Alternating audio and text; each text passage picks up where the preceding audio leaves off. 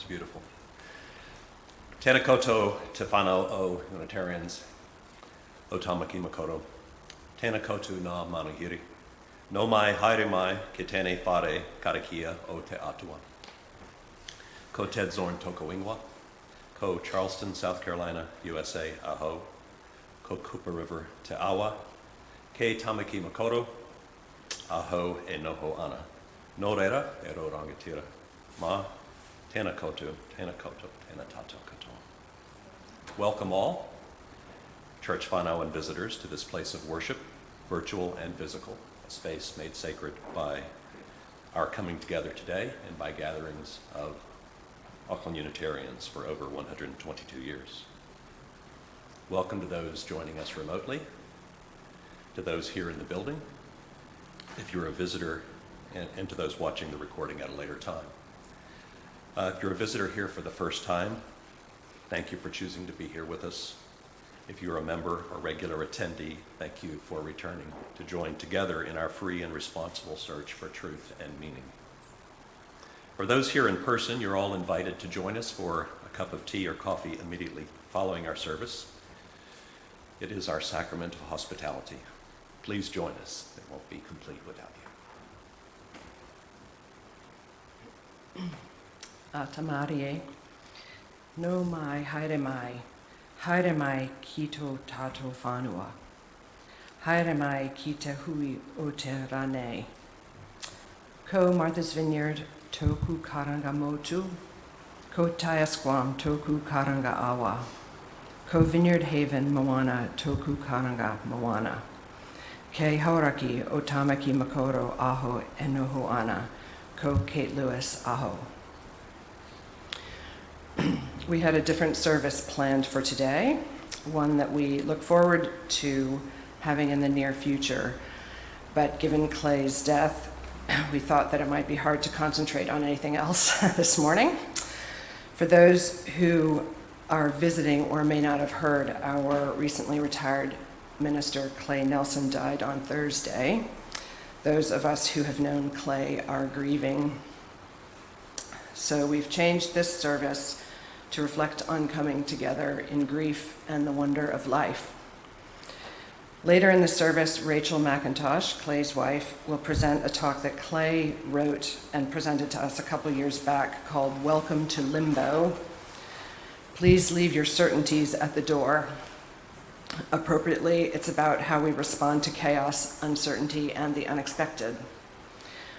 Only 2 months ago, thankfully, we had a service to acknowledge, thank, and celebrate Clay's service and contributions when he was with us.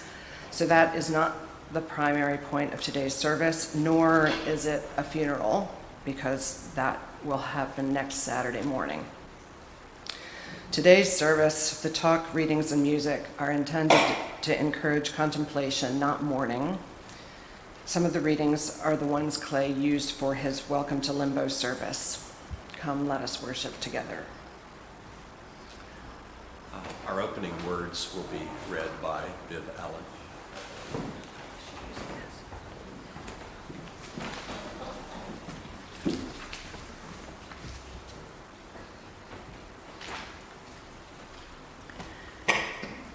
This was written by Katie Gilfand, a Unitarian from New Orleans. May you be tender and gentle with yourself and be cared for by those who will envelop you with compassion and presence. May you know that there is so much beauty in your grief, especially when it feels messy.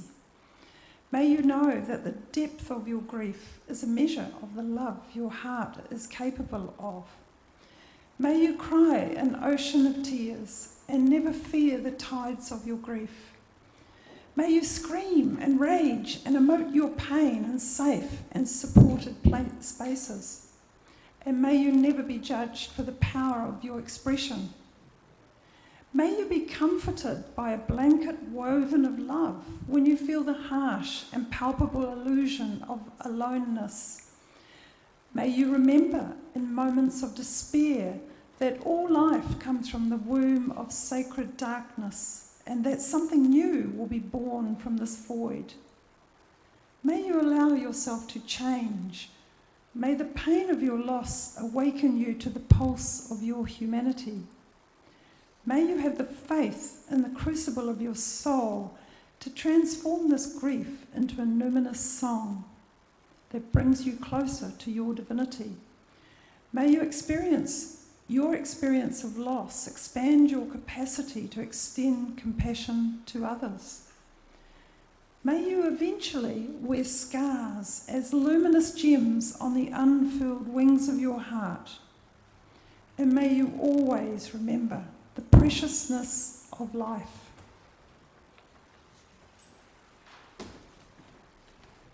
Today's chalice lighting is by Celia Thurston. You may remember these words, which Betsy read some weeks ago at the service honouring Clay. They felt poignant then and seem appropriate to repeat today. I light this chalice for all the times you have lit this chalice, for every time you struck the match, or flicked that zapper thing, or empowered a nervous parishioner to do the same. I light the chalice for all that you've done, for all you've fostered and cultivated and nudged, for all you've suggested and directed and manoeuvred. I light this chalice for the intensity of your reactions in responding to grace and rejecting mediocrity, within the tender balance between tradition and choice. I light this chalice for your having been here, out of calling, out of commitment, out of love. I light this chalice for the time you have spent, preaching and hurting and healing. I light this chalice for you.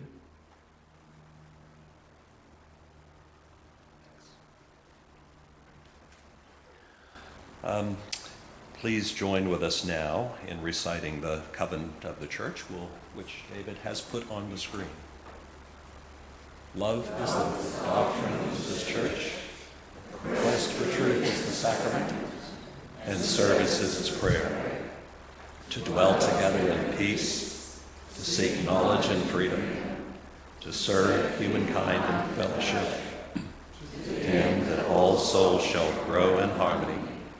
Thus do we covenant with each other.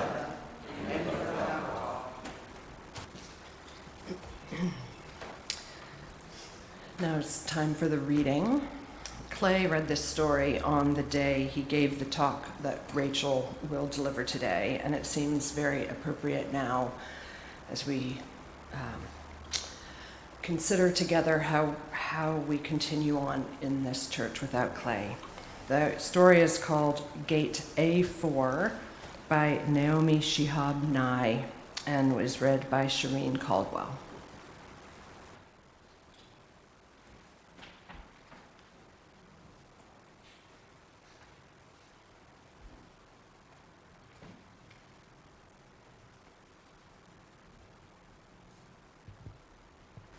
Wandering around the Albuquerque airport terminal, after learning that my flight had been delayed 4 hours, I heard an announcement.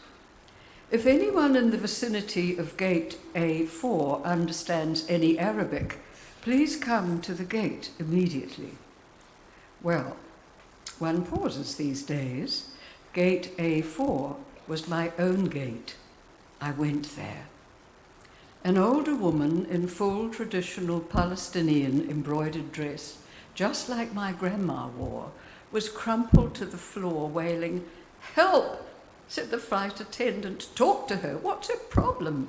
We told her the flight was going to be late and she did this." I stooped to put my arm around the woman and spoke haltingly. "Shadao ashabek ok habatiti.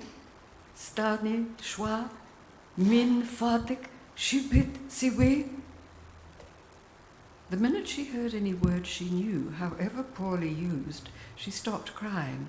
She thought the flight had been cancelled entirely. She needed to be in El Paso for major medical treatment. The next day I said, "No, we're fine. You'll get there just later. Who's picking you up? Let's call him." We called her son. I spoke with him in English. I told him I would stay with his mother till we got on the plane and ride next to her. She talked to him. Then we called her other sons, just for the fun of it. Then we called my dad, and he and she spoke for a while in Arabic. and found out, of course, that they had 10 shared friends. Then I thought, just for the heck of it, why not call some Palestinian poets I know and let them chat with her? This all took up to 2 hours. She was laughing a lot by then, telling of her life, patting my knee, answering questions. She had pulled a sack of homemade mamul cookies, little powdered sugary, crumbly mounds stuffed with dates and nuts from her bag. She was offering to all the women at the gate. To my amazement, not a single woman declined one. It was like a sacrament. The traveller from Argentina, the mum from California, the lovely woman from Laredo, we were all covered with the same powdered sugar and smiling. There is no better cookie. And then the airline broke out free apple juice from huge coolers, and 2 little girls from our flight ran around serving it, and we were covered with powdered sugar too. And I noticed that my new best friend, by now we were holding hands, and a potted plant poking out of her bag, some medicinal thing with green furry leaves. Such an old country tradition, always carry a plant, always stay rooted to somewhere. And I looked around that gate of late and the weary ones, and I thought, this is the world I want to live in, the shared world, not a single person in that gate. Once the crying of confusion stopped, seemed apprehensive about any other person. They took the cookies. I wanted to hug all those other women too. And this can still happen anywhere. Not everything is lost.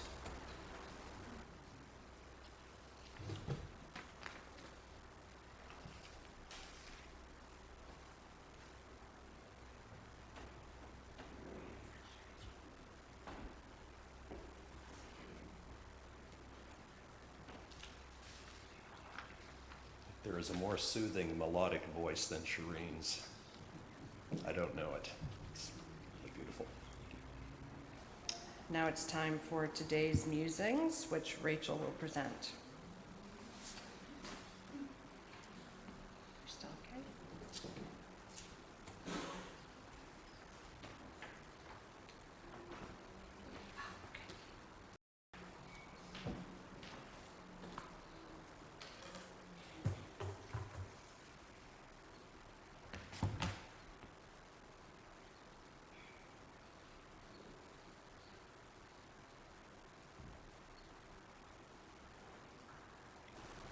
Welcome to Limbo.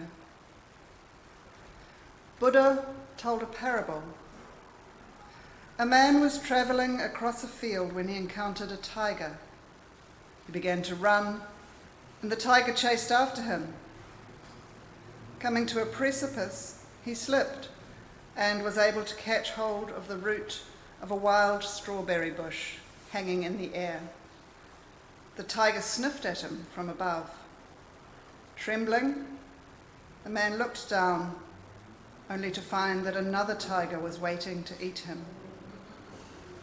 He thought the bush could sustain him for a while, until he saw 2 mice gnawing away the vine.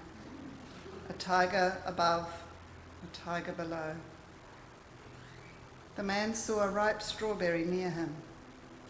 Grabbing the vine with one hand, he plucked the strawberry with the other and ate it. How sweet and delicious. This is how the enlightened one welcomes us to Limbo and invites us to enjoy the moment.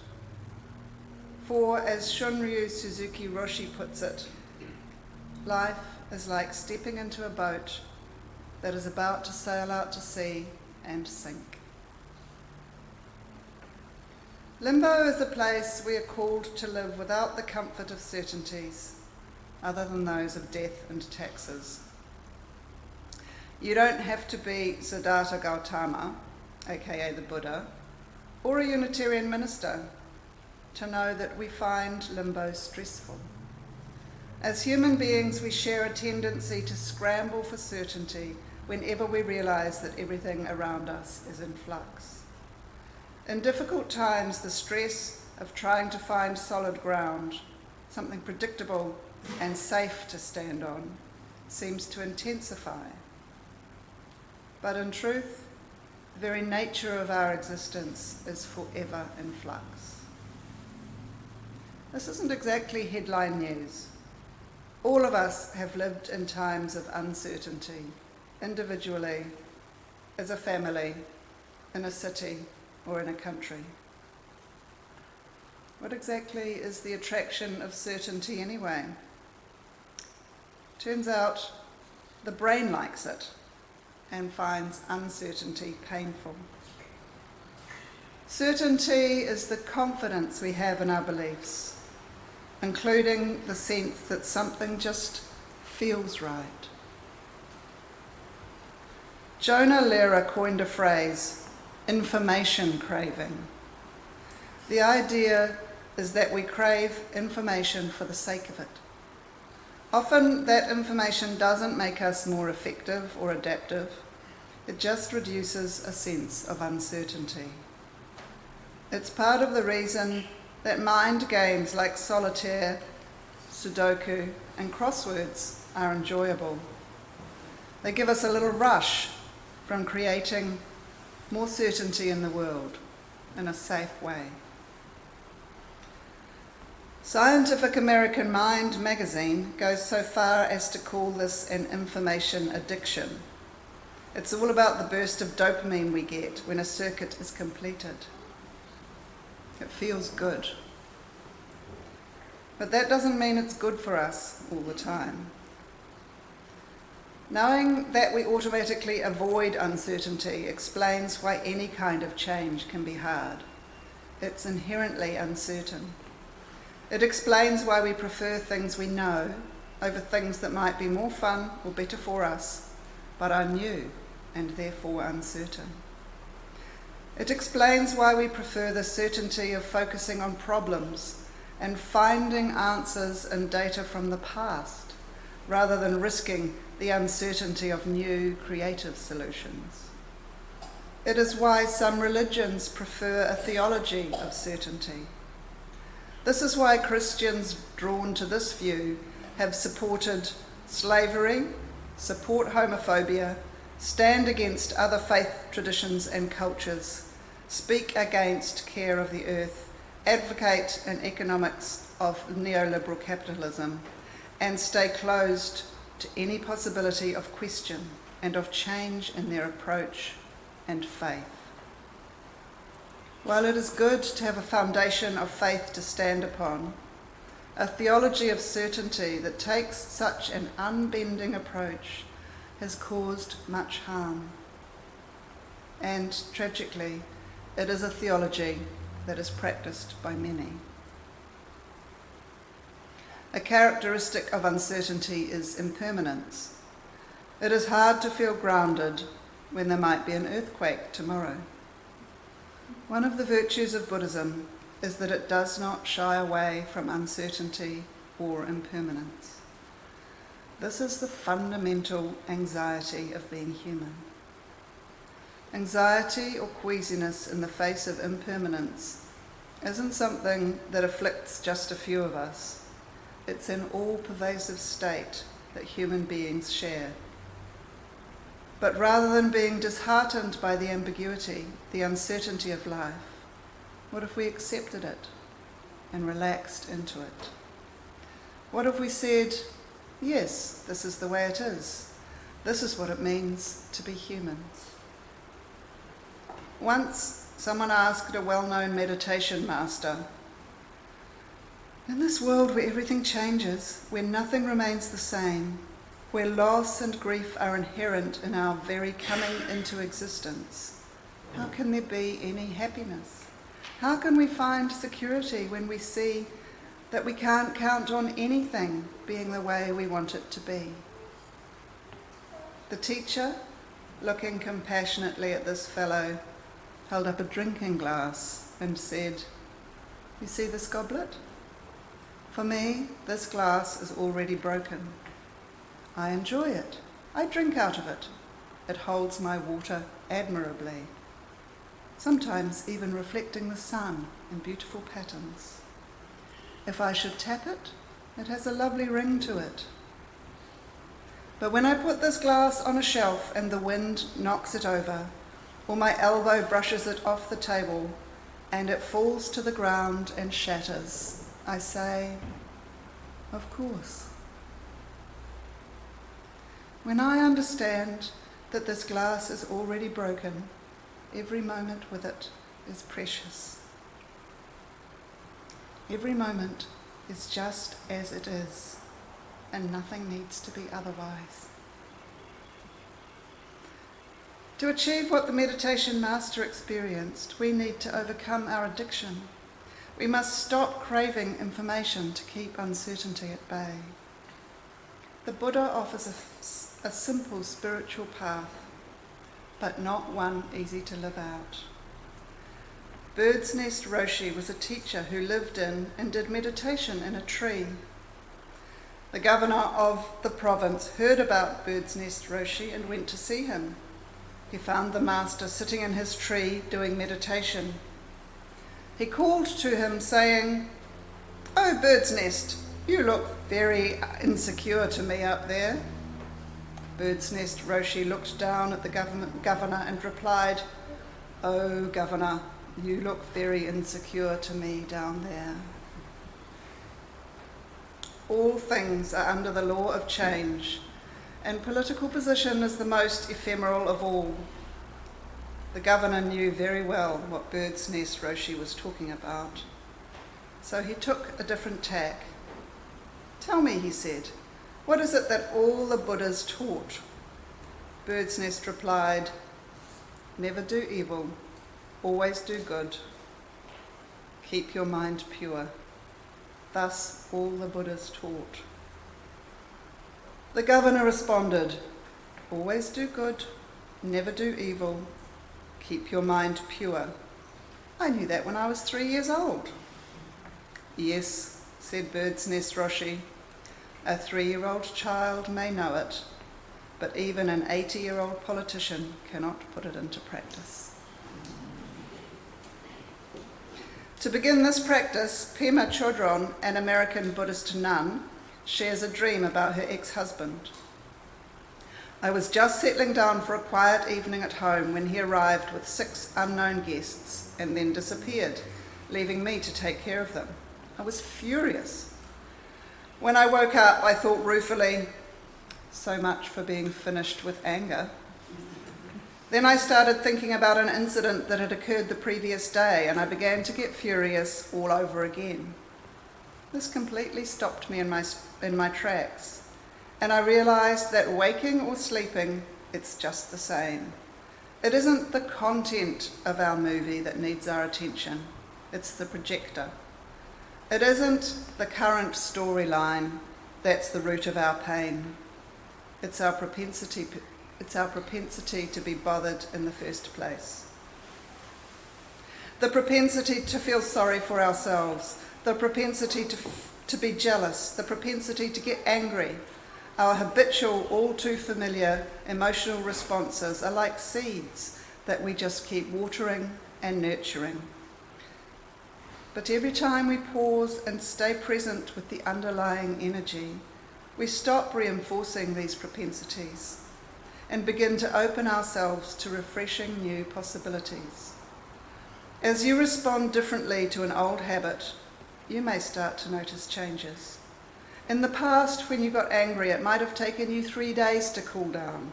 But if you keep interrupting the angry thoughts, you may get to the point at which it takes only a day to drop the anger, eventually only hours, or even 1.5 minutes. You are starting to be liberated from suffering. Then you can begin practicing to live the 3 vows: do no harm, take care of one another, and embrace the world as it is. Do not begin this practice thinking the vows can be achieved. There will be no dopamine high reward, no test to pass. So how will you know you have experienced some level of enlightenment? One indication is that you experience chaos as good news. Limbo doesn't scare you. In fact, you begin to see its beauty. You step into groundlessness and find it relaxing. You feel fully present with an open heart to the world as it is, while not longing for a world that isn't. Not there yet? Me neither. Buddhists often refer to these vows as commitments, which suggests that this is a process not to be achieved, but lived. I can sign up for that, since resisting the uncertainty and impermanence of inescapable limbo isn't working for me. Amen.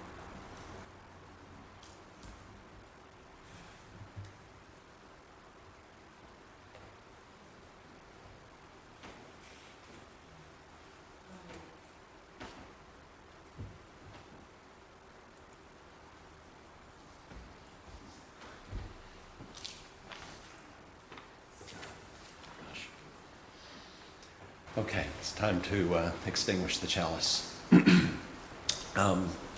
Please join with us in reciting the words to Extinguishing the Chalice, which David has now put on the screen. We extinguish this flame, but not the light of truth, the warmth of community, or the fire of commitment. These we carry in our hearts until we are together again.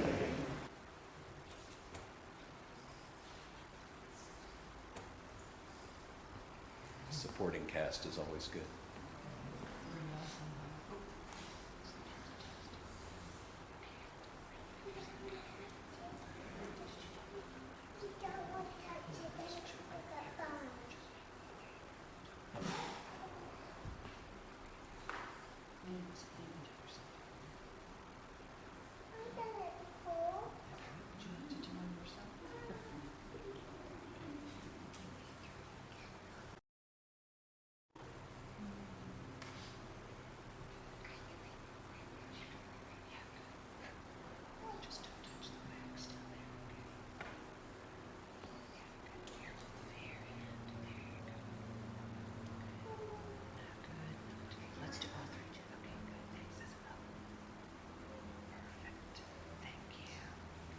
Well done.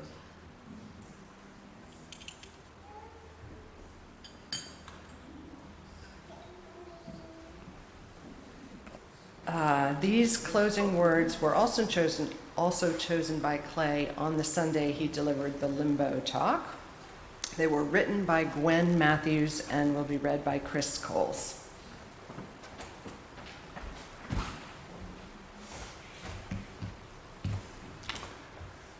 Feel that?